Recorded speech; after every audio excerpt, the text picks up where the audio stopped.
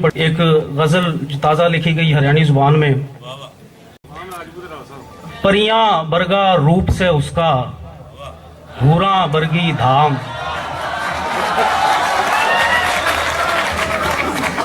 परियां बरगा रूप से उसका हूरा बरगी धाम, सारे धंधे छोड़ छाड़ के चाला उसके गाम।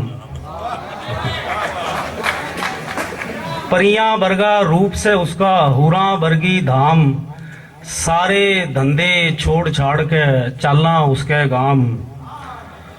और उस हुस्न के लश्कारियां की धूप में जीने सेका, उस हुस्न के लश्कारियां की धूप में जीने सेका, जिसका पल्लू पाड़ लिखावे सूरज बरगी चाम।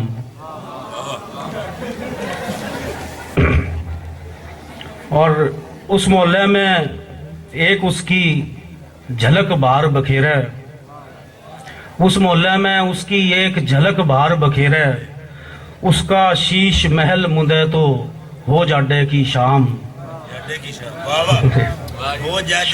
हो जाडे की शाम। उस मोहल्ले में एक उसकी झलक बाहर बखेरे, उसका शीश महल मुंदे तो हो जाडे की शाम। परियां बरगा रूप से उसका हूरा बरगी धाम, सारे धंधे छोड़ छाड़ के चाला उसके गाम। और